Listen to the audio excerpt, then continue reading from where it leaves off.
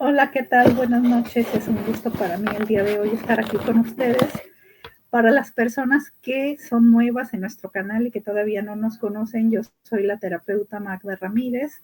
El día de hoy estoy aquí con la psicóloga Jessica Angélica Morales.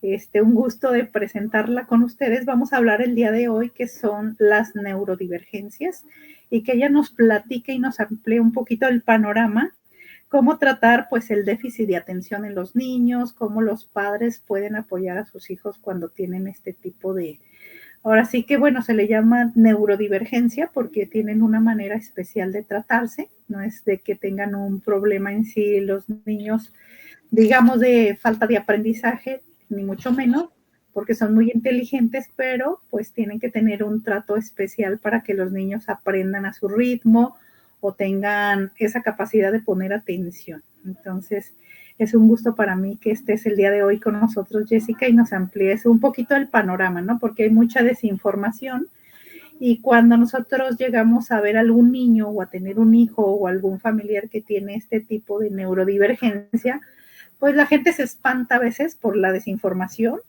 y muchas veces piensan que pues es un niño que no está sano. Entonces, me gustaría que te presentes antes que nada y que nos digas tus especialidades y que nos platiques un poquito qué son las neurodivergencias, porque pues son términos psicológicos que a veces las personas comunes pues no entendemos, ¿verdad? Claro que sí, Magda. Muchísimas gracias. Buenas noches. Buenas noches a todos. Espero que se encuentren muy bien. Y bueno, como Magda ya me hizo el favor de presentarme, soy licenciada en psicología. Soy egresada de la Universidad de Guadalajara. Ya tengo 16 años de experiencia en este tema. Tengo varios diplomados, tengo una maestría en neuroeducación precisamente. Y tengo, bueno, por ahí varias herramientas que no es el caso sacar todo el currículum en este momento. Pero dentro de mi práctica, lo que más trabajo precisamente, como lo mencionas, Magda, son los chicos con neurodivergencia, que el término neurodivergente realmente es muy reciente hasta cierto punto, ¿sabes? Sí, claro. Está muy de boga, entras a las redes sociales y no te falta un TikTok, un reel en Instagram, en Facebook, que te va a decir de si eres neurodivergente y cómo se supone que trabajan los cerebros neurodivergentes. Y bueno, varios de estos tienen razón, otros tienen con que un poquito que decir por ahí. Pero en sí, lo que estamos hablando dentro de las neurodivergencias, estaríamos hablando de lo que son los trastornos del neurodesarrollo. Así lo menciona el DSM-5, que es donde nos basamos los psicólogos para hacer los diagnósticos. El DSM-5 realmente no lo maneja como neurodivergencia. Entonces, si somos así muy estrictos en el tema, bueno, son trastornos de neurodesarrollo. Hablamos coloquialmente o bueno, en otros términos de neurodivergencia porque efectivamente el cerebro se ve que su funcionamiento es un poco distinto de lo que es la mayoría de las personas, pero no quiere decir que sea un cerebro anormal.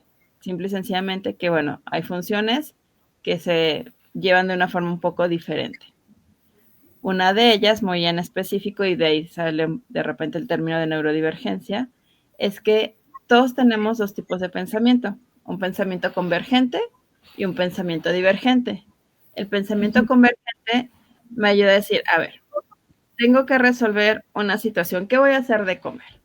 Okay. Y el pensamiento divergente me da 5, 10, 15, 20 opciones de qué hacer de comer. Okay. Entonces, después el cerebro, en un cerebro normal, entre comillas, voy a hacer, no sé, albóndigas. Perfecto, hago las albóndigas y me enfoco en ese pensamiento solamente, en esa idea, que sería ya la parte convergente. Sí. Me enfoco que necesito, que voy a comprar y todo esto. Cuando tenemos esta situación de la neurodivergencia es que el cerebro no puede switcharse tan fácilmente. Entonces se queda en las 5, 6, 7, 8 ideas y dice las albóndigas. Y si las albóndigas le pongo esto, y si mejor le pongo esto otro, y si le cambio acá, y me acuerdo que mi abuelita nos hacía las albóndigas de tal forma, pero a mi mamá le gustaba de esta otra manera, de forma que el tiempo se va y ya no concretamos hacer las albóndigas. Es lo que Okay. pasa. Que eso mismo puede pasar como en otras áreas, como a mí de repente en el trabajo. Yo como pudiera saber si tengo esa neurodivergencia. A lo que te estoy entendiendo es que no me puedo enfocar en un solo tema. O sea, que mi mente desvaría entre tantas opciones, que se hace bolas ahí en las opciones, pero no aterriza como una idea y se enfoca. Vamos a suponer, por ejemplo, que sospechamos que Magda tiene trastorno de déficit de atención con hiperactividad. Que, ojo, existe el déficit de atención sin hiperactividad o, bueno, con hiperactividad, impulsividad y muchos apellidos más. Sí. Pero aquí es, sí, en una forma muy coloquial sería que Magda tiene 10 cosas que hacer en su día y se queda en una en específico y ya no puede pasar a la otra actividad porque se queda pensando en todo lo que tiene que hacer de esa única actividad. El déficit de atención no es que no me puedo concentrar, es que no elijo libremente en qué momento cambiar mi foco de atención. Porque, por ejemplo, lo que llegan los papás de los niños me dicen, no, él no tiene problema para concentrarse. Él se puede quedar viendo la tele, una película, todo el día. O puede estar dibujando todo el día y ahí no se distrae. Entonces, no, más bien lo que pasa es que es flojo.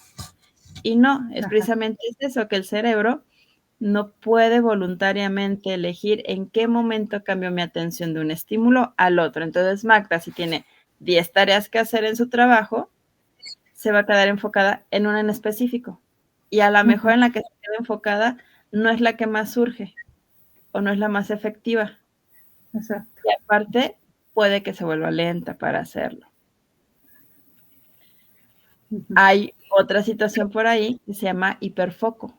Y eso le pasa, todas las personas podemos hacer hiperfoco, pero en especial las personas que tienen un déficit de atención con hiperactividad, que tienen algún rasgo de espectro autista leve, moderado, tienden a los hiperfocos, pero sin poder controlar cuándo entran y salen de un hiperfoco.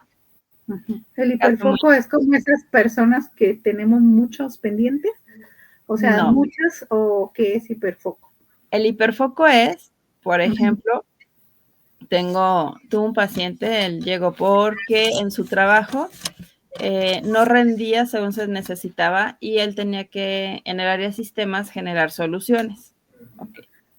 El detalle es que si había un tema en específico de las actividades que era lo que más le interesaba, se metía en ese aspecto solamente y nada más en eso y no percibía el tiempo. Entonces, él podía pasar todo el santo día solamente en todo lo que tenía que ver con el problema del cliente fulanito de tal y le doy y se podía volver experto en el problema de fulanito de tal, pero sus otros 10, 15 actividades no los hacían.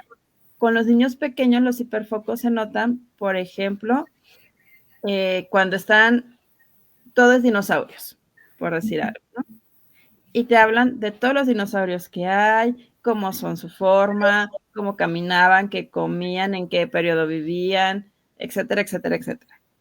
Y no le vas a sacar de allí más que puro dinosaurio. Uno de los chicos con los que he trabajado, cuando entra en hiperfoco, es un niño pequeño, se pone a dibujar. Y él dice, voy a dibujar todos los animales en versión kawaii y en versión normal. Y hasta que no se pone y se acaba todas las páginas que él dijo que iba a hacer, puede concentrarse en otra cosa. No importa que se le está hablando la tarea, vente a comer, ya nos tenemos que ir. No puede desconectarse. Ese es un hiperfoco. Sí, porque te quedas como en una sola actividad y hasta que no la terminas, o sea, que te pones como meta hasta que no te... Ay, bueno, así me pasó ayer, yo creo, con las facturas. Me enfoqué en las facturas y el mundo se me cerró y tengo que acabar las facturas y hasta que no acabe ya dije, ahora sí, ya me voy a bañar. Entonces, y hay algo muy curioso, Magda. El hiperfoco, si lo sabemos usar, nuestro cerebro es tremendamente productivo en un hiperfoco. Claro. Muy cansado, no podemos estar siempre en hiperfoco. Sí. Pero es algo que yo trabajo mucho con los niños y con los adultos que llegan con alguna neurodivergencia o algún nivel de trastorno del neurodesarrollo. Y vamos aprovechando los hiperfocos. qué te mete a ti en hiperfoco para que lo uses cuando lo necesitas, porque hay personas que tienen que entregar una tarea, tienen que estudiar para un examen, tienen que entregar un proyecto y pueden pasarse toda la semana intentando trabajar en ello, intentando estudiar y no pueden, y no pueden, y no pueden, hasta que entran en hiperfoco y se avientan en 1, 2 o 3 horas lo que pudieron haber hecho en toda la semana. Y también tiene que ver, bueno, entonces, por ejemplo, se tiene que diagnosticar si tenemos ese tipo de conflicto, digo, porque, por ejemplo, a mí sí me llega a pasar en situaciones de que, bueno, a fin de mes, un ejemplo, tengo que terminar la contabilidad, pero a veces dejo pasar el tiempo y como que ya al último me pongo y me enfoco y pues termino, como tú dices, lo que en un mes no hice, quizá en 2 días o en 3 días, muy agotador, pero logras el reto. Pero entonces, ¿es normal que a una persona le suceda o es porque ya pudiera ser que tenga este conflicto?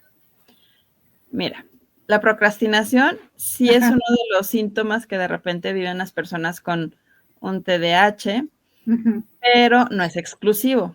¿Por qué? Porque la procrastinación al final genera dopamina. Cuando nuestro cerebro recibe el estímulo de que logramos hacer lo que teníamos pendiente, se activan nuestros centros de placer. Y entonces al cerebro le gusta sentir placer. Claro.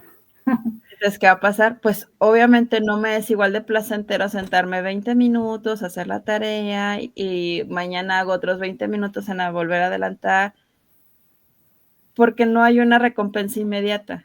Ok. Y entonces hasta el final, ya que sé que lo tengo que entregar mañana y estoy desveladísima y le estoy dando y ya llegué a la escuela y llegué así, pero casi atropellando al maestro para entregarle el proyecto y Sí. cuando me lo aceptan, en ese momento mi cerebro dice, bien hecho, lo logramos.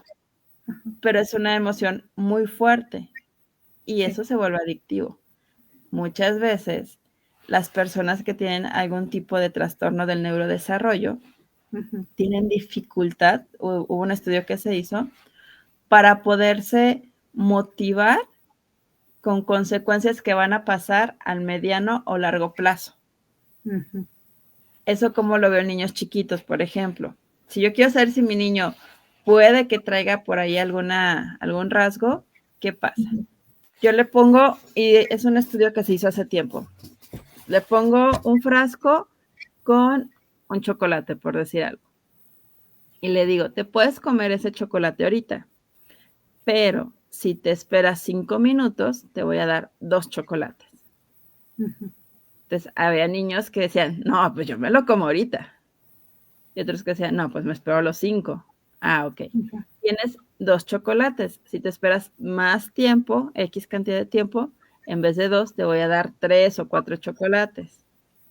Y entonces se dieron cuenta que había niños que desde la primera se lo comían, otros que a medias y otros que se podían esperar y esperar y esperar.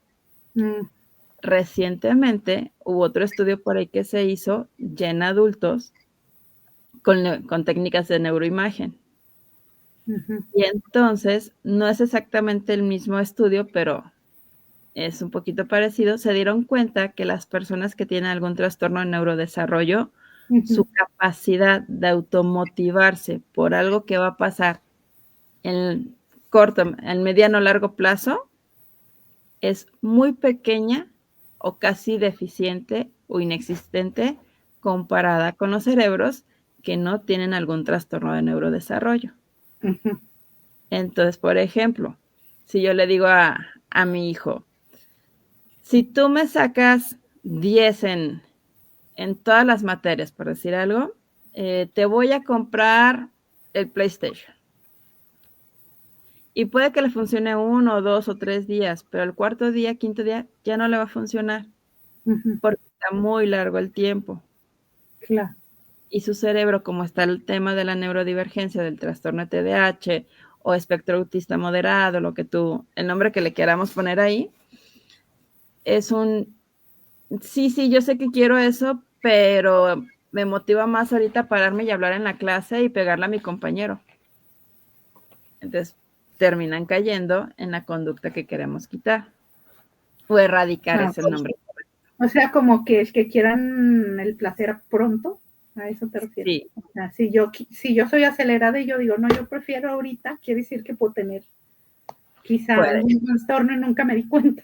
Sí, podemos ir anotando Ajá. palomitas de, ay, Así. mira, o por ejemplo, otro síntoma muy común que de repente me Ujú, pasa con los papás que llegan, me traen a los chicos y terminan los papás siendo los que terminan diagnosticados. Y ujú. es todo estudian. Entonces, no sé, puede ser la mamá o el papá de que, ay, se me ocurrió que tenía ganas vi un curso de jabones, vi un curso de cómo hacer macramé, vi un curso de cómo hacer vestidos de no sé qué, y todos se ponen y se emocionan y compran todo lo que necesitan y Y al no final hacen nada. ahí se queda guardado. Ok. También es parte de uno de los rasgos. ¿Por Ujú. qué? Porque la emoción, volvemos a lo mismo, la dopamina hasta arriba, sí, claro que quiero, ya me vi, claro que eso que yo estoy viendo en la publicidad lo quiero para mí, pero ya ahorita. Sí. Entonces empiezo a estudiar todo y después la dopamina va a bajar, inevitablemente. Y como ya bajó, pues ya me aburrió, ya no lo quiero, ya lo dejé ya arrumbado porque ya me enganché de otra cosa. Ah, ok. El niños y Y ya me adultos. estás espantando, ya me estoy creyendo que tengo esto. No te preocupes, Magda, te hacemos cita. Sí, necesito para que me haga mi examen. Capaz que tengo eso y ni cuenta me da. Ah. Lo que pasa es de que digo, a mí se me ha pasado y una de las cuestiones que yo me he preguntado muchas veces es por qué hay veces que me emociona algo y como que luego pasa, como tú dices, ese bajón de querer algo y como que ya digo, ay, ya no me interesa tanto. Y ahora otra cosa. A lo mejor no con los estudios, pero con otras situaciones sí se me ha dado eso y yo digo, ay, ¿y por qué se me baja tan rápido como la emoción? Podría ser, Magda, podría ser. La realidad es esa, la dopamina nos funciona ese momento de la motivación solo para dar el Uh-huh, primer paso, uh-huh, pero no es para que se quede, porque es bien uh-huh. desgastante para el cerebro. Ya, Sí, de ahí claro. en adelante, sí o sí, es trabajar el tema de disciplina. Uh-huh. Obviamente tú me dices, no me pasa más, o sea, en los estudios no me pasa, pero en otras cosas sí. Lo más seguro es porque no es tan primordial para ti. Uh-huh. Pero yo tengo el caso de una señora que ella todo estudia, Uh-huh. pero a la licenciatura que se mete, a la especialidad que se mete, es más lo que pasa queriendo dejarla que continuar. Uh-huh. Los termina, pero los termina porque la familia está, ¿cómo lo vas a dejar? No, ya estás ahí y ándale y si puedes y no sé qué. Pero para ella es la emoción es voy, me inscribo, compro los cuadernos, compro los libros, Y ya pasando ese proceso ya. y ya después la tarea, el examen, y le va muy bien a esta señora, es Ajá. de muy buenas calificaciones, pero ya es así de que casi en la familia la tienen que llevar arrastrando para que termine Uh-huh. sus estudios de todo lo Bueno, que se metió a en estudiar. un área que te voy a decir que me pasa muy comúnmente a mí y yo ya me di cuenta y yo me he preguntado que por qué me sucedía eso. Es un ejemplo. Tú me dices, oye, te invito a una reunión mañana y en el momento me emociono, me apasiono y luego ya empiezo, ¿no? A lo mejor ya al día siguiente digo, ay, no, qué flojera, y voy a manejar y está talla, no, mejor no voy, y no voy. Sí, sí, sí Me pasa. gusta mucho eso, sobre todo así en compromisos de lugares a donde ir. Como que me entra el desgano y como que digo, ya no. Sí, de hecho, hay un libro muy bueno, a mí me gusta mucho, cuando lo leí me encantó, se Uh-huh. llama Tu cerebro no está roto. Ah, ok. Ahorita no recuerdo el nombre de la autora, eh, Uh-huh. pero curiosamente es una psicóloga psiquiatra que Uh-huh. tiene TDAH y que, si mal no recuerdo, dos de sus hijos tienen TDAH. Uh-huh. Entonces, y trabaja pues con personas con TDAH. Y Okay. una parte de lo que menciona ahí, de las características bien propias del TDAH, es esta parte de como una especie de concepto de pila. Todos tenemos nuestra pila, ¿no? Uh-huh. Pero para las personas neurodivergentes, el pensar en todo lo que tienen que hacer para llegar al punto que tienen que llegar, ya los cansó al grado que ya no lo hicieron. O los abruma tanto que se frustran cuando ni siquiera se han enfrentado. Caso con un niño. Vamos a recoger la casa. No, y bueno, y se puede poner mal y enojarse y todo, y es que no voy a poder jugar, y es que yo quería ver la tele, y es que esto, y empieza toda la situación. Y cuando ya se le baja la emoción y se pone a hacerlo, se da cuenta que no fue ni tan intenso como pensaba, ni tan cansado como pensaba, y que tuvo tiempo para hacer lo otro que tenía que hacer. Pero sí, de inicio, el pensar en todo lo que hay que hacer para lograrlo abruma tanto el cerebro de una persona neurodivergente que en la gran mayoría de las ocasiones ya no lo hace. Digo, porque a mí yo ya me di cuenta que me pasa en eso, o por ejemplo, digamos, tengo un buen tiempo queriendo arreglar un cuarto y digo, no, ya el fin de semana y todo. Y luego me pongo a pensar y digo, llega el día y ya me duele todo y digo, ay, no, mejor no. Y no lo hago. Que bueno, que es parte de procrastinar, yo lo he entendido, pero muchas veces porque procrastinamos porque no es algo que nos guste hacer realmente también. Sí, hay ganancias secundarias, definitivamente hay ganancias secundarias por allí. Y digo, la gran mayoría, el cerebro, todos los cerebros queremos placer, todos, porque para eso está diseñado el cerebro. Se siente agradable, pues lo quiero repetir porque me va a mantener bien. No se siente agradable, pues ya no lo quiero repetir porque me quita energía, porque es cansado o porque me va a matar. Sí, es sobrevivencia al final de cuentas. Claro. Pero aquí como que la característica para saber si es o no es un trastorno es, ¿puedo manejarlo a mi voluntad o no puedo manejarlo del todo a mi voluntad? Porque, por ejemplo, otro caso de otro paciente, muy disciplinado, todo lo que inicia lo termina, tiene deportes de alto riesgo, le gusta muchísimo todo lo que tenga adrenalina, le encanta, que también es una característica de un TDAH principalmente, con hiperactividad e impulsividad. Sí, sí. Pero en todo eso lo puede como que gestionar. No falta trabajar, no falta sus entrenamientos, su dieta es estrictamente balanceada y lo va llevando. Suele ser puntual, o sea, muchas cosas que dirías, no, pues entonces no tiene TDAH, porque aparte su cuarto está ordenado, su taller de trabajo está ordenado, su oficina está ordenada, ok. Pero no le pongas nada que tenga que comprar y que no sea prioridad, porque no lo puede evitar. El impulso gana. Entonces, no, pues ya fue y está súper apretado económicamente, pero ya se inscribió en un triatlón y no son económicos. Desde el entrenamiento, el equipo que se necesita, el traslado, porque es pagar su boleto, pagar el equipaje, pagar la bicicleta, o sea, pagar todo. Y una bicicleta de ruta barata, pues no es. Sí. Muy económicas, ponles unas de 30,000 pesos, pero a lo mejor son bicicletas de 50, 60,000 pesos, cuestiones por el estilo. Entonces, esos detallitos, o ponle un viaje o irse a bucear a tal parte, y más tarda en decir sí que en darse cuenta que va a estar bien apretado toda la semana, toda la quincena, todo el mes, o que ya tenía deudas que no ha podido pagar. Es otra característica ya en adultos con TDAH. Tienden a tener dificultad para pagar las cuentas.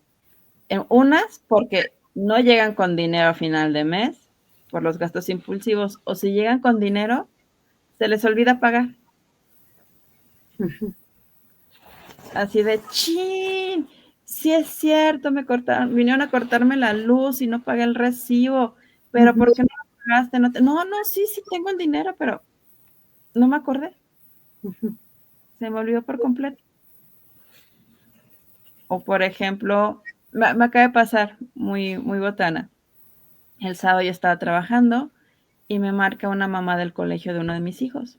Ya estamos aquí afuera del fraccionamiento. Y yo me quedé como que, ¿de mi casa? Me dice, sí, para la fiesta de cumpleaños de fulanito, de uno de mis hijos. Y yo, ay, es que es mañana. O sea, se equivocan de día. Sí, le mandé la invitación, y eso que tenía la invitación con la fecha, con la hora, con el lugar. Y me dice, perdón, qué pena, disculpen, que no te preocupes, a todos nos puede pasar. Me dice, no, es que a mí me acaba de pasar también en esta semana, y me pasa muy seguido que me equivoco de fecha, y voy un día antes o voy después. Sí. Muy probablemente esta mamá del colegio tiene TDAH. Ah, mira. Ay, no. Pues sí, entonces sí son muchas causas, pero por ejemplo, en esa parte yo lo que yo he notado es por qué me motivo y me desmotivo, ¿no? Sobre todo en cuestiones de salir, creo que es lo que me pasa más, y en cuestiones de ordenar la casa, de ordenar mis papeles, así como que lo voy a hacer y me siento bien emocionada y llega el día y ya me ganó el desgano. Sí, es cansancio mental, y es normal porque el cerebro se cansó de pensarlo. Acuérdate que el cerebro no distingue entre realidad y fantasía. Claro. Entonces, ya que el cerebro se puso a pasar toda la larga lista de los pasos, porque es otra característica, alcanzan a ver el paso 1, el paso 2, el paso 3, el 3.1, el 3.2, el 3.3, 3.4, y como su cerebro se cicla, por decirlo de alguna manera, pues ya es bien cansado para ellos. Entonces ya no quieren hacer nada más. También tienen algo que se llama secuestro emocional. Todos podemos tener secuestro emocional. Y es muy característico en los niños pequeños. Tenemos un área de nuestro cerebro que es la amígdala. Es de nuestras partes o de nuestras estructuras más primitivas. Y está enfocada en sentir. No razona, solamente siente. Es principalmente con emociones intensas, como es el enojo, por ejemplo.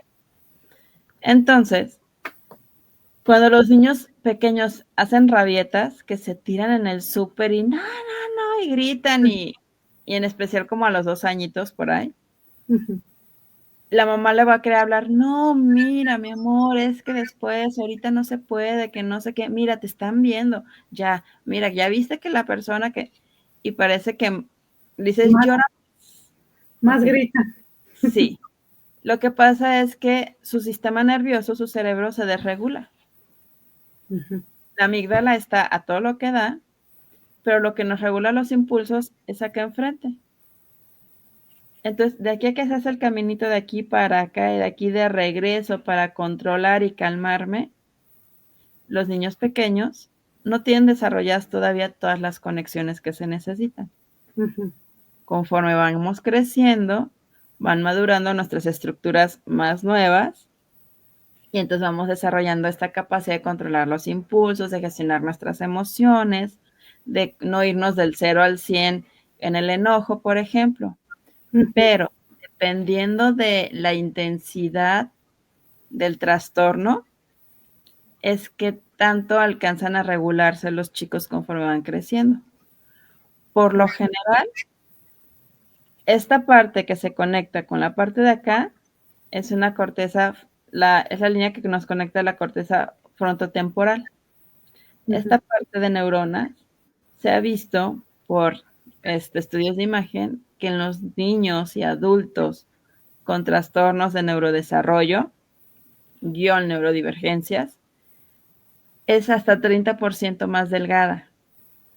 No quiere decir que no esté, es que al momento que tiene menor cantidad de conexiones, o sea, si suele estar así, ponle que está así, pues tarda más en hacer la conexión, tarda más en no me conviene, ¿sí? Entonces, ¿qué pasa? Diría por ahí un maestro, la parte del, se me fue el nombre, el reptil sale rápido. La parte el cerebro reptiliano, que le llaman, algo así. Por decirlo de alguna forma. La parte del reptil sale rápido, que es la amígdala, el límbico, porque la parte frontal no lo alcanza a frenar. Lo que tenemos que trabajar con los niños, y también se trabaja con adultos, pero principalmente con los niños, es ir inhibiendo el impulso. Desarrollar algo que se llama metacognición. ¿Okay? Que es este caminito de qué está pasando, qué me conviene, no me conviene, si hago esto, qué pasa, si hago esto otro, qué pasa, cuál es mi mejor solución, entonces la aplico. Y si no me funcionó, aprendo de ella y entonces lo modifico. Otra característica que vuelvo a lo mismo, depende del grado o de la intensidad del trastorno, es que hay poca flexibilidad de pensamiento. Entonces hay algo que se llama perseverancia en el error. No. O sea, Y de esas personas necias que se quedan ahí. ajá. Y aunque ya les explicaste una y otra vez, ¡pum! No, pero es que, pero es que, diría mi abuela, otra vez va la mula al trigo. Y esto, que. Y se ve muy, muy claramente de repente cuando le estás explicando algo a los niños pequeños y se equivocan exactamente en el mismo punto. Ok. Y le vuelves a explicar, sí, sí, sí, ya lo entendí, sí, y otra vez se equivocan exactamente en el mismo punto. Mm. En la escuela, con los papás, pues ya te lo dije, ya hablé contigo 1000 veces y otra vez, no, señal que no te importa, que no nos haces caso, no pones atención, porque si tú quisieras trasládalo a un adulto que nunca se atendió, pues va a cometer los mismos errores en el trabajo, le van a llamar la atención más de una ocasión por lo mismo, por N cantidad de cosas. Y luego, los niños, tanto niños como adultos, con TDAH, son más susceptibles a presentar ansiedad y depresión. Porque como los niveles de dopamina, serotonina y otros neurotransmisores no están, por decirlo de alguna forma, dentro de lo normal. ¿Por qué? Porque nuestras neuronas tienen como botoncitos donde se conectan las sustancias. Sí, claro. Entonces, si se activa la parte de la dopamina, los receptores dopaminérgicos, pues ya sabe qué señal se tiene que mandar. Los de la serotonina, pues esta señal. Pero si mi neurona no alcanza a captar la suficiente y se cierra antes, por decir algo, o no se segrega la suficiente cantidad, pues mi cerebro va a tener esas bajas bioquímicas y eso afecta en mi conducta, pero también a largo plazo nos va afectando al estado de ánimo. Entonces, hay adultos que se dan cuenta que tienen TDAH porque empiezan con ciclos de ansiedad, depresión, y no es que haya situaciones en específico que las explique, Okay. sino que está pasando. Ya cuando vas a tu historia clínica y cuestión por el estilo, te das cuenta que realmente hay un TDAH que nunca se detectó. O con los niños, suelen anticipar muchísimos sucesos. Entonces empiezan con la ansiedad. Los niños lo principal que comienzan a presentar y la suelen presentar entre los 7 años más o menos es la ansiedad. Y entonces son niños que empiezan con la colitis, con la gastritis, es que me duele la panza, es que me duele la panza, es que quiero vomitar, es que me duele la cabeza. Y son síntomas realmente de que ya se está acompañando la ansiedad con el TDAH. Oh. Y Y lo entonces imaginas. puede ser que uno la tenga y ni cuenta nos dimos. Sí, sí, sí, sí. No, ya me estoy mortificando. Se me hace que tengo cuenta. Que fíjate bien, Magda, hubo un estudio que se hizo hace tiempo, un estudio muy largo de 30 años, cuando el expositor no, que falta de respeto a la mía, cuando el investigador nos expuso todo su proyecto, todo su trabajo, la conclusión fue que aquellas personas que tenían el trastorno y que nunca se atendieron, ni con medicación, ni con ejercicios, ni con terapias, fue una moneda al aire las que lograron desarrollar habilidades suficientes para ser adaptativos. La gran mayoría tenía grandes conflictos en todas sus áreas personales, laborales, muchos de ellos estaban ya con problemas legales. Tanto. Sí, de hecho, se ha visto que una gran población de las personas que están encarceladas tienen algún trastorno de neurodesarrollo que nunca se atendió. Luego siguieron aquellos que solamente tomaron medicación, que jamás fueron a terapia. Y igual, pues tomó la medicación, pero pues sigue igualito, no desarrolló gran cantidad de habilidades. Uno que otro, pues ahí medio desarrolló sus habilidades de forma por sobrevivencia. Y luego están los que tomaron medicación y los que tomaron terapia al mismo tiempo. Y se vio un muy buen resultado, porque desarrollaron las habilidades necesarias para gestionar el trastorno, porque esto nunca se quita. Se nace y se muere con ello, prácticamente, porque es neurodesarrollo. No es que yo estoy bien, a los 20 años de repente algo pasó, me enfermé de TDAH. No. No. O nunca se lo diagnosticaron o es otra cosa. Y entonces nos pudieras hacer como un resumen de cómo pudieran ser las características de un TDAH, o sea, digo, claro, son ejemplos de lo que puede suceder, ¿no? De los episodios y qué sé yo. Yo sé que se tiene que hacer un examen para determinarlo, pero vamos a decir lo más común que sucede y tú que ya conoces y que ya tienes este tipo de pacientes, al verlos tú te das cuenta, tienen TDAH. Número 1, tenemos la parte de la motricidad, ¿sí? Entonces, tienen dificultad para controlar la motricidad. En los niños pequeños, por lo general, brincan, saltan para todos lados. O ya la hiperkinesia es muy fina. Entonces, están con la mano, están con la ropa, están con el cabello, están moviendo el piececillo en el asiento.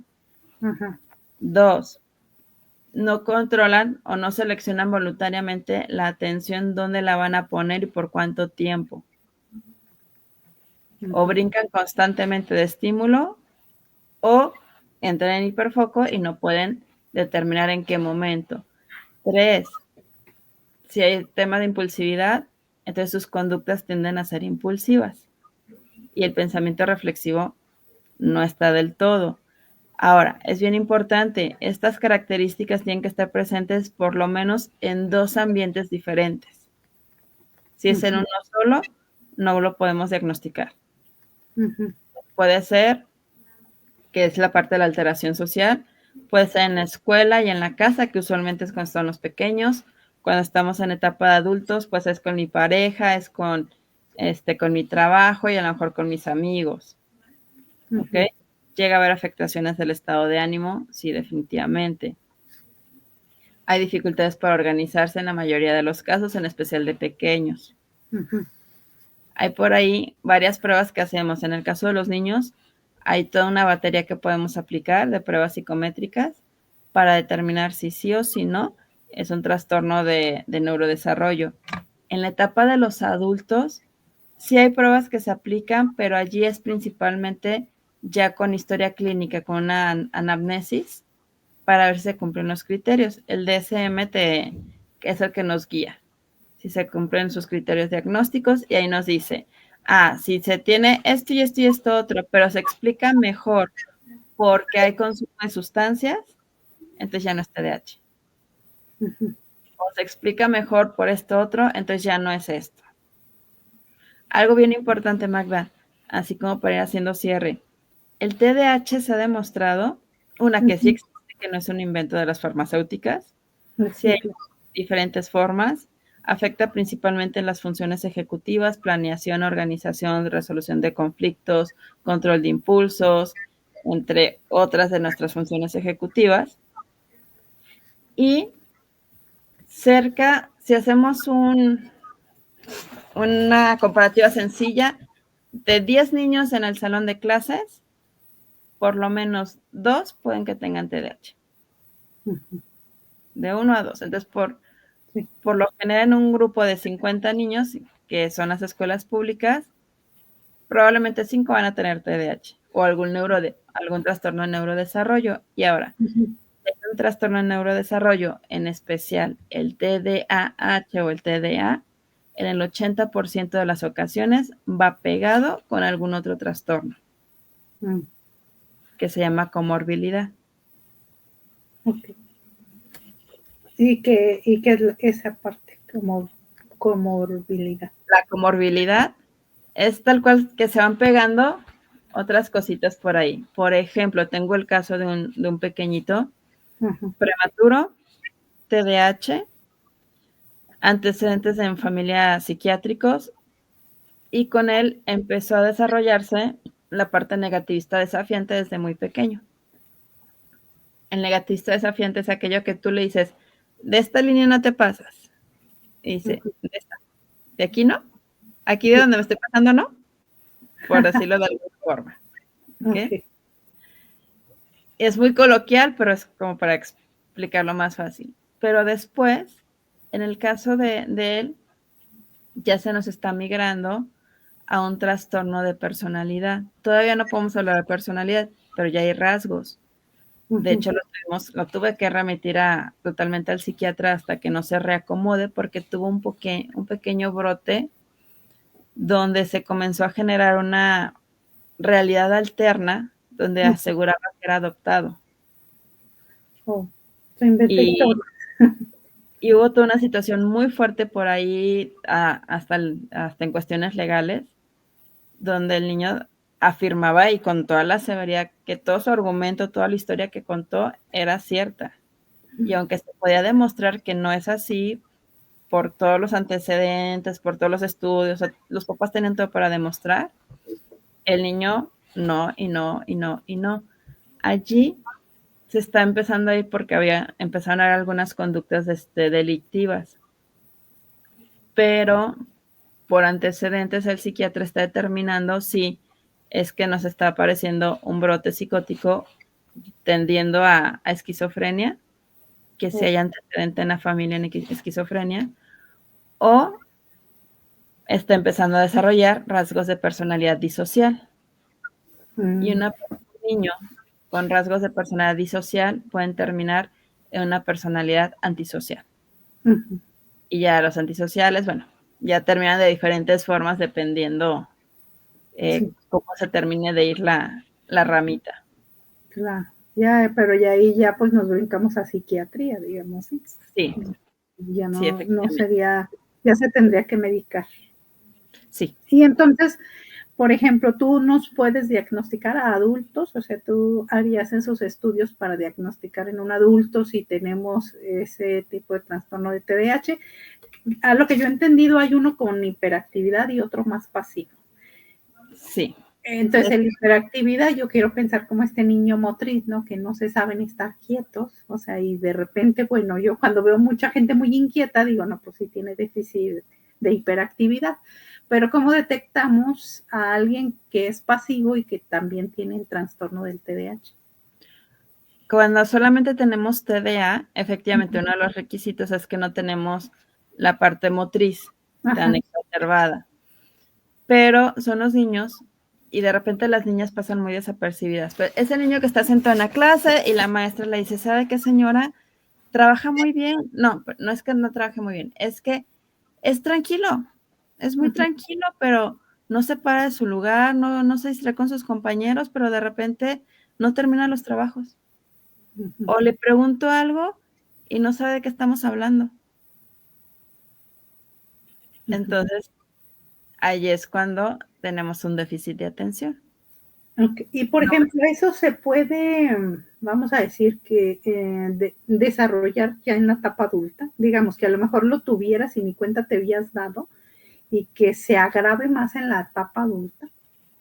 O sea, esa parte de no poner la atención, digo, porque a veces también me queda claro que como que nos llenamos de muchas cosas, bueno, yo así lo siento en mi persona, pero de repente sí me he dado cuenta que me ha sucedido, que según yo a todo mundo le contesto que sí, después ni sé qué me dijeron. Me preguntan, ni te dije tal día y no me acuerdo.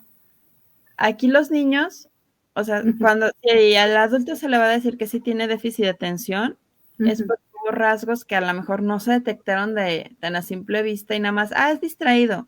Sí, pero la regla es que sea desde pequeño. ¿Se puede acentuar? Sí se puede acentuar.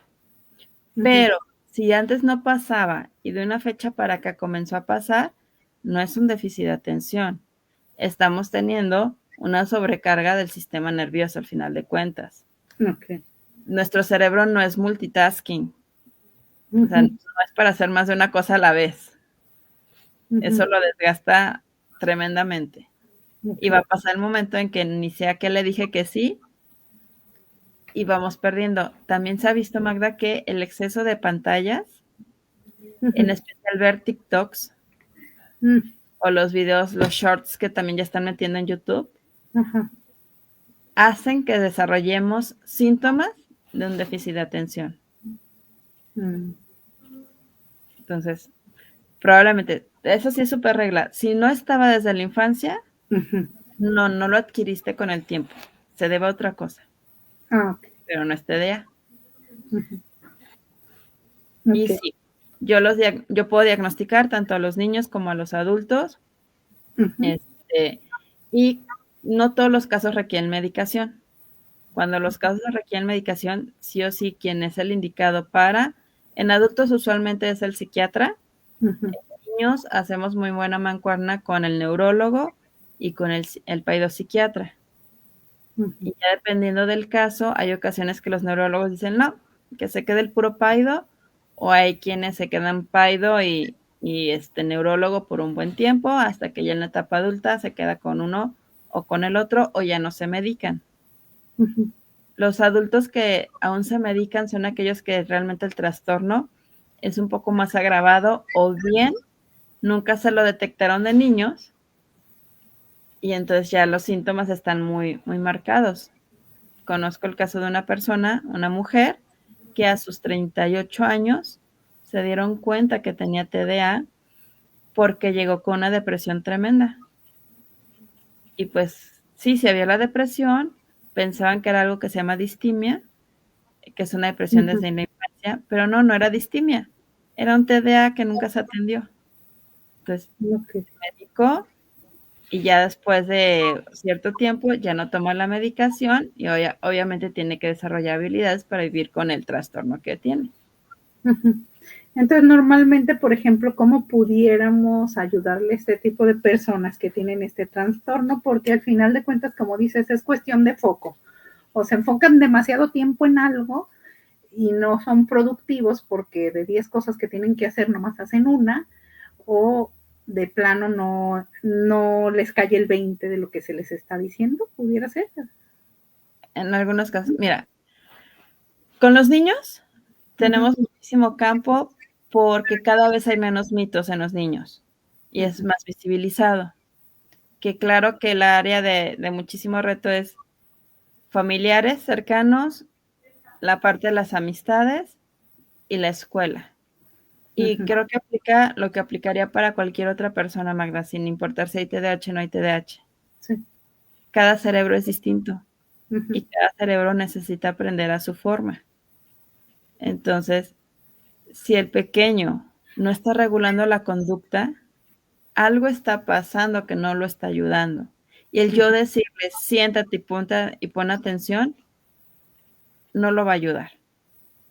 Entonces, si yo voy y me acerco, hago contacto, fulanito de tal, ven, siéntate. Pues ya, hago que me voltee a ver, que se enfoque. ¿Y qué hago?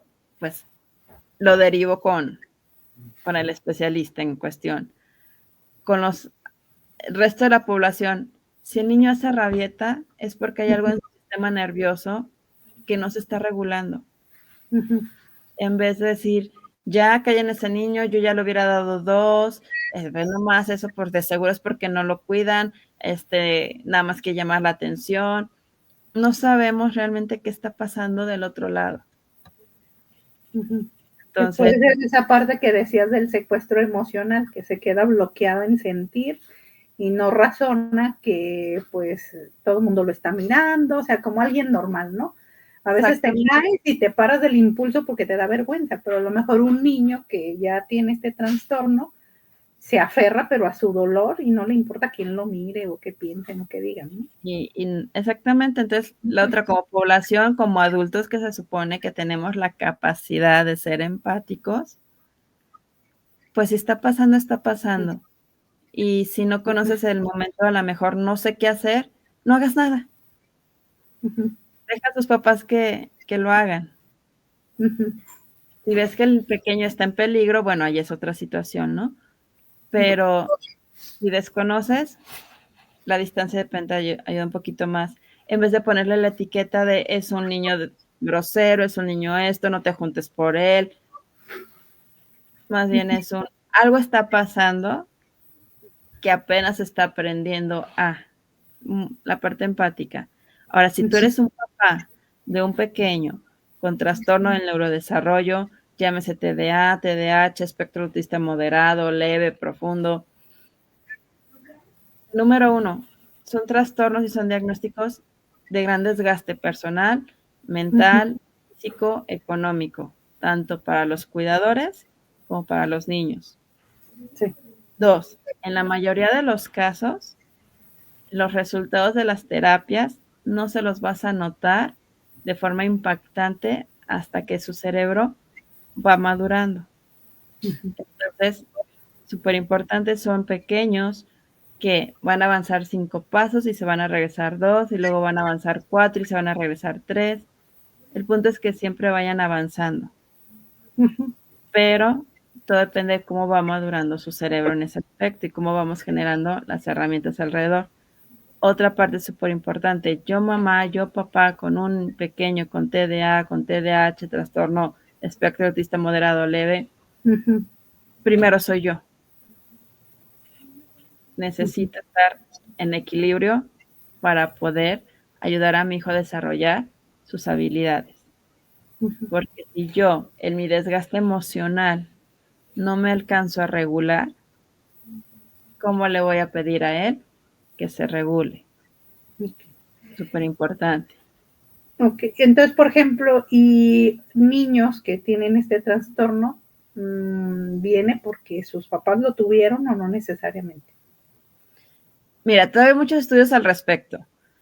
Puede que ni papá ni mamá tengan TDAH o algo por el estilo, pero que durante el embarazo hubo una situación por allí que pudo haber afectado la parte de la migración neuronal. Okay. No se sabe específicamente qué. Sí, puede ser un susto de la madre, una tristeza, un duelo, algo que le haya afectado a su ciclo del embarazo, ¿no? Algo sucedió en el proceso de la migración neuronal, que algo pasó distinto por ahí, y entonces tenemos un trastorno de déficit de atención. O por ejemplo, en el caso de mi niña, la más pequeña, ella fue prematura y se le colapsaron sus pulmones al nacer. Entonces, ella nació con un Apgar de 6. Y lo primero que se afecta cuando el cerebro sufre es la parte frontal, porque podemos vivir sin esto. Entonces, por mecanismo de protección, me daño de afuera hacia adentro.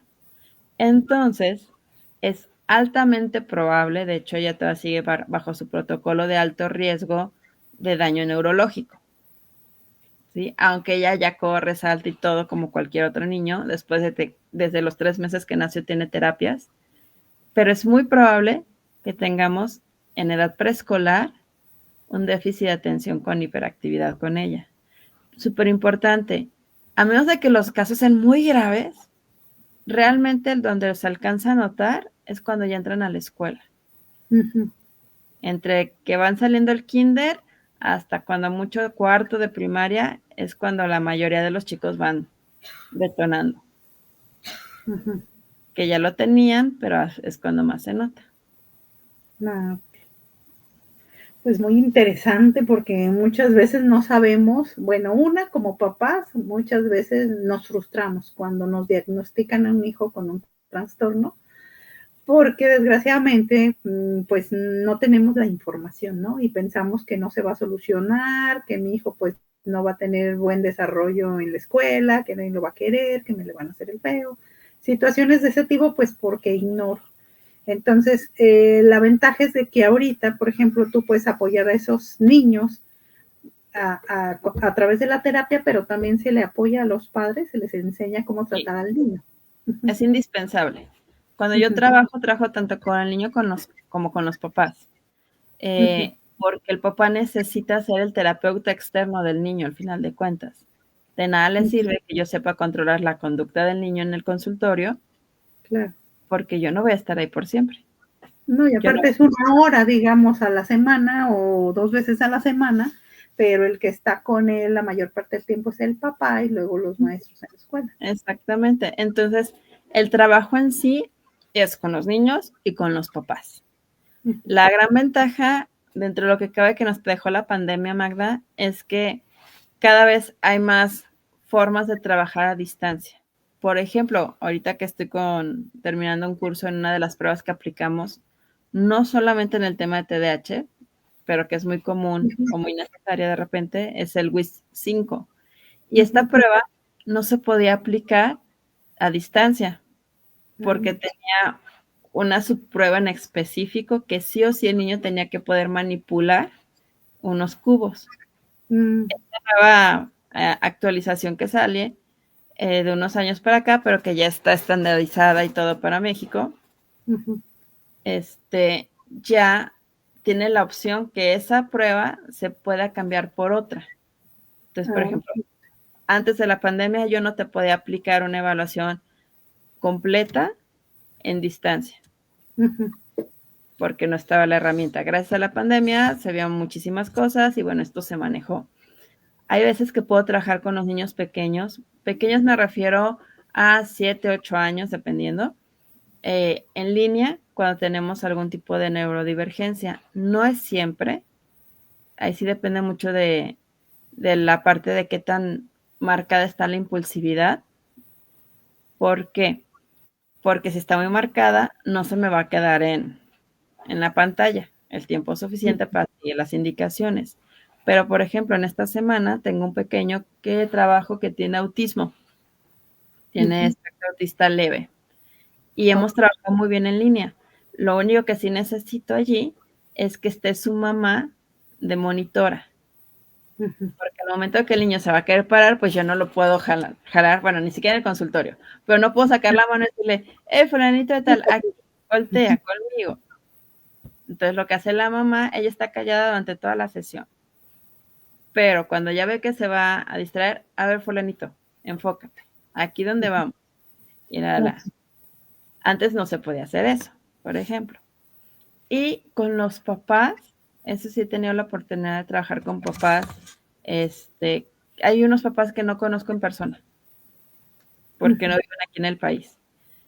Y entonces es como vamos, qué ha pasado, les ayudo a diseñar el plan de trabajo con sus pequeños, porque en el país donde están no pueden costear la terapia. Y entonces diseño el trabajo, les explico cómo se tiene que hacer, les resuelvo dudas, básicamente los capacito para que sean los terapeutas de sus hijos. Entonces no se queden los chicos sin la atención. Así que hay muchísimas formas. Sí, claro, entonces pudieras dar tú la terapia a los padres, enseñarlos a cómo darle la terapia a sus hijos, dar terapia directamente a los padres y a los hijos también. Sí, así es, Magda. O también presencial. Sí, pues muy interesante porque, bueno, yo en este recorrido de las terapias me ha tocado conocer a varias personas que tienen hijos con estos trastornos y pues obviamente había mucha desinformación, ¿no? Ahorita la ventaja, como tú dices, también de la pandemia es que ahora nos podemos comunicar. Me acuerdo cuando era niña, hay una caricatura de los supersónicos y que yo veía que hablaban a través de la pantalla, yo decía, uy, cuando llegue. Mira, ahorita ya estamos en esa parte y podemos llegar a todas partes del mundo. Y yo siento que también eso es por la desinformación, ¿no? Que a lo mejor hay adultos que tienen el trastorno y como tú dices, porque ya tienen un síntoma ya muy fuerte, es que se les diagnostica apenas, pero durante toda su vida le batallaron mucho y ni siquiera supieron que tenían ese trastorno, ¿no? Sí, efectivamente. Entonces, por ejemplo, alguien que tiene un trastorno, yo había escuchado, pero no sé si necesariamente, como tú decías, tienen un secuestro emocional, o sea, se van a las sensaciones, pero como de berrinche, de enojo, o de impulsividad, o de no estarse quietos, o cosas así. Pero también había escuchado que hay una parte de desconexión como con las emociones. ¿Sí es correcto eso? Sí. O sea, que están muy mentales, pero nada emocionales. Sí. desarrollamos habilidades, obviamente, para adaptarnos lo mejor que podemos a nuestro contexto. Y también hay otros, fíjate, o sienten mucho o tienen la dificultad para sentir. Okay. Se van a los extremos. Si sienten mucho, esta señora que te mencionaba de que todo estudia, pero que la tienen que terminar jalando para terminar. En sus graduaciones, aunque ha salido del mejor promedio o de los mejores promedios, es que no siento nada. Pues sí, ya terminé y... O sea, no siente la emoción de, ay, qué padre, recibí mi diploma, ni nada de eso. No. Y tiene que ver con el TDAH, efectivamente. O está la otra parte donde no puedo conectarme del todo a la emoción. O el que se la vive tremendamente conectado a la emoción. El que está siempre llora. Bueno, yo lloro de todo, pero no creo que sea por eso. Digo, porque a veces eres muy sensible, ¿no? O sea, yo, por ejemplo, veo una película y lloro, mis hijas se burlan. Ay, Amaya, hasta por la caricatura lloraste. Ay, no sé, todo me conecta con llorar, no sé por qué. Sí puede pasar. Pero en estos casos sí es muy marcado, muy, muy marcado. O están bien conectados con la emoción o están muy desconectados de la emoción. Y obviamente lo más sano es desarrollar las habilidades para que puedan transcurrir y ellos mismos gestionar sus conductas y sus emociones. De una manera más sana, ¿no? O sea, porque, por ejemplo, las emociones negativas como el enojo y esa parte, si explotan, pues se lastiman y lastiman a otros si no se dan cuenta. Exacto, o cuando exploto, ya estoy de adulto, tengo el caso de un papá que me dice, yo me conozco, o sea, yo entiendo a mi hijo porque yo así era. Y yo ya sé que cuando empiezo a sentir esto y esto y esto otro, yo me tengo que ir, porque si yo exploto, yo me ciego y no mido consecuencias, y si yo me agarro a golpes y estoy golpeando a alguien, yo no me voy a parar. Sí, son esos que golpean casi hasta que ven muerta a la persona y porque es tanto su furia que nada los para. Sí, y es la emoción que está tan ahí, el cerebro tan secuestrado, que no se alcanzan a autorregular. La vocecita que nos dice, hey, frena, no te conviene, se apaga por completo. Pues está difícil, pues, sobre todo cuando no sabemos controlar las emociones negativas, ¿no? Sí. Porque eso ha llegado a que pues se lastimen, puedan llegar hasta matar a alguien por no saberse detener a tiempo.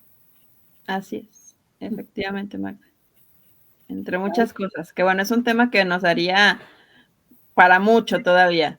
Sí, claro. A grandes rasgos, están estas alteraciones al final de cuentas, están en ambiente personal, social, académico, laboral, la dificultad para focalizar a voluntad y por el tiempo necesario. Eso es bien, bien importante.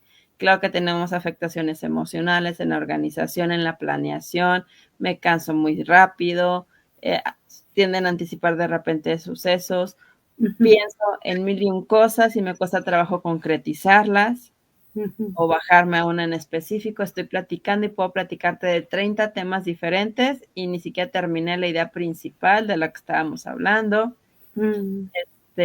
Y no siempre necesita medicación porque la pastilla no genera habilidades, pero sin habilidades a desarrollar no podemos sobrellevar el trastorno. Y por ejemplo, eso me llamó la atención que decías, bueno, una cosa es el multitasking que le llaman, pero por ejemplo, dentro de estos trastornos hay personas que por el trastorno hagan muchas cosas a la vez, o eso ya es otra cosa. Parecería que hacen muchas cosas a la vez, pero está demostrado científicamente que el cerebro no se puede enfocar en más de una cosa a la vez. Sí, digo, pero por ejemplo, no es parte del trastorno, esa a mi pregunta más que nada. Sí, se vuelve parte del trastorno. Intenten hacer mucho, pero a la vez no avanzamos en nada, por lo mismo de que no sabemos enfocar en algo. Porque no focalizamos la atención, porque no controlamos el impulso y porque el cerebro no pasa de lo divergente a lo convergente. Ah, no, pues entonces sí. Por ahí luego te voy a buscar para que me hagas un examen. Claro que sí, Magda. Ok, pues muchas gracias. Entonces, bueno, aquí abajo les vamos a dejar el link y el teléfono donde pudieran localizar a Jessica para que les puedan hacer un estudio o en su defecto, si ustedes ya están diagnosticados, ya sean como adultos o sus hijos están diagnosticados, puedan sacar una cita para tomar terapia con ella, que ya ahorita pues gracias a Dios ya se puede en línea. Bueno, tú eres de acá de Guadalajara, Jalisco, bueno, en Tonalá, Tlaquepaque, ¿qué municipio estamos? Ahorita estoy en Tlaquepaque. En Tlaquepaque, Jalisco, bueno, los que vivan en Jalisco pueden ir presencial, pero la ventaja es que ahorita pues ya todas las terapias se pueden dar en línea, entonces ya nada más sería concertar una cita con ella de acuerdo a la agenda para que puedan tomar terapia o una asesoría también, que Sí. es lo que ahorita ella está trabajando, pues asesorar a papás que tienen hijos con estos trastornos, porque muchas veces pues la desinformación hace creer muchas veces que pues mi hijo no va a rendir en la escuela, que no va a funcionar, que no va a poder terminar sus cuestiones académicas y a veces los padres por esa desinformación también nos frustramos, ¿no? Entonces, pues nada más es llevar como cierta disciplina y pues aquí Jessica está capacitada pues para ayudarles a ustedes a saber cómo tratar a sus niños, cómo darles cierta disciplina, cierto orden y que ellos tengan como ese desarrollo más funcional, que es lo que pues no se tiene por estas situaciones de que nuestro cerebro no logra hacer esos cambios, ¿no? Exactamente, Magda. Aquí No, pues, estamos para apoyarlos y para acompañarlos en el proceso. pues muchas gracias, muy interesante el tema y pues luego te busco yo para hacer un examen. Claro que sí. Muy buenas ¿Algo más noches. que tú les quieras decir? Nada, estamos para servirlos y para acompañarlos. Ok, pues muchísimas gracias, entonces nos vemos pronto. Que tengan bonita noche. Hasta Igualmente. luego. Bye.